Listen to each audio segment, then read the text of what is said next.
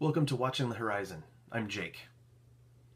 So, I want to talk to you today about the cost of homesteading. Now, I'm sure there are plenty of you out there like me that sort of dream of escaping the city life and they want to move out to the country and they want to buy a little plot of land and get yourself some chickens and maybe a pig or a goat or something like that and try to be as self-sustainable as possible and go off grid so that you don't have to rely on the system and all that good stuff. And I know that a big draw for a lot of people is that it's less expensive to live. Your cost of living is way down compared to what it is in the city. And for the most part, that's true. But I'm here to tell you some truths about making the transition. Once you're already there, sure, yes, cost of living is low and that's great. But getting from the city to that little plot of land, that's not cheap. In fact, it's downright expensive. It's so expensive not everybody can do it. I would argue that if it was inexpensive, a lot more people would be doing it. But because it's so expensive, it's actually cost prohibitive for a lot of people.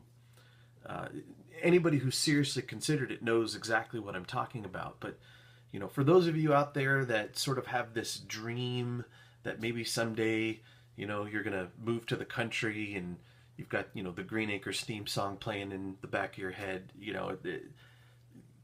understand that there's a reality that uprooting your life and getting there isn't necessarily cheap. There's plenty of videos out there talking about, the different expenses, but the first big one is literally the cost of moving. Wherever you are right now, if you live in the city or the suburbs or something like that, there's the cost of moving itself. And according to online, a couple of the moving sites, your average move costs several $1,000s. So right out of the gate, it's going to cost you several grand just to move. But what about the actual cost of the land? Now you got to buy the land. That's a whole nother cost right there. Are you paying cash or are you getting a mortgage? So depending on where you're going to get this land at, we could be talking about anywhere from, tens of thousands of dollars to hundreds of thousands of dollars. And do you have a job that will allow you to live on location and pay those bills? That's usually where most people stop abruptly. They find it's just not possible. They work in the city, but they can't live in the country. The commute's too long, or it just doesn't work out. But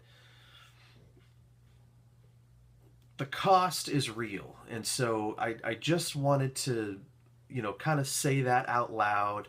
There's a lot of people out there that really kind of talk about how homesteading is this big, ideal, grandiose. Why don't we all just do it? Just go out there and do it.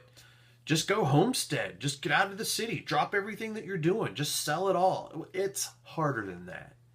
And those of you who are struggling, they have the dream and they want to make it happen. I feel for you. I really do. I'm in the same boat as you. Literally, I'm on this journey right there alongside you. If you look at some of my other videos, I used to live in Colorado, in Denver, and I'm like, that's it. I've had enough. The big city life, that's enough for me. I gotta go. And I moved to the country. I moved in the middle of nowhere. It was very rural. It was amazing. It was awesome. Couldn't find a job. At least nothing immediate. So I ended up having to move over to a slightly larger town. It's not big, comparatively speaking to the size of the Denver metro area. It's like 40,000 people. So definitely still a small town feel, but it's not what I wanted. I want to live in the country. Now, I haven't bought land yet. I'm still looking, so that's a big piece of it, obviously. So now I'm renting while I'm looking for land, and I wasn't able to take my job with me, so I had to go get another job. And so now I'm working in the town that I'm renting, but at least I'm physically closer to where my potential property that I'm going to buy could be. But I'm definitely out of the big city, so it's definitely a win. Lot of pros versus the cons in making that move, and it was definitely worth it. But it's not cheap, so plan accordingly. Don't get so stuck in the planning phase that you never jump, but just understand that the actual process of making this happen is not inexpensive. And then once you buy the land, is it already going to have a structure on it, or do you need to build, or are you going to go get one of those cabins, one of those sheds, and convert it to a cabin? Well, those sheds aren't cheap either. I mean, there's lots of other YouTube videos out there showing, people touring, the Home Depot parking lot of this really cute two-story, framed out structure. Well, that's great, but those aren't cheap, and they're not available everywhere. So you're going to have to make sure that not only you have enough money for the land, but you have enough money to actually build. And then you have to worry about things like septic, water. How are you going to bring water in? Do you need to pay an excavator to come in and level out a building site for you? How about a driveway, something off of the main road or gravel road onto where you're going to end up building?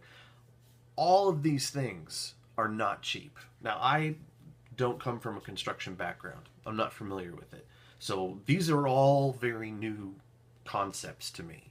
I mean, I knew that these things had to happen, but I didn't necessarily fully grasp the costs behind these things. The excavator guy, he charges by the hour. You want to dig a well, you're easily looking between, depending on what part of the country you're at, between $3,000 and $20,000, and there's no guarantee that you're going to hit water. So, anyway, I share in the dream. I want to make it happen. I'm doing the steps necessary to make it happen. I'm committed. I know you're committed. Don't give up hope. Just make sure that you're looking a couple of steps ahead so that you don't make a blind step into something and then you end up in trouble. Worst case scenario is you have to move back where you started. Like for me, worst case scenario would be I would have to move back to the big city.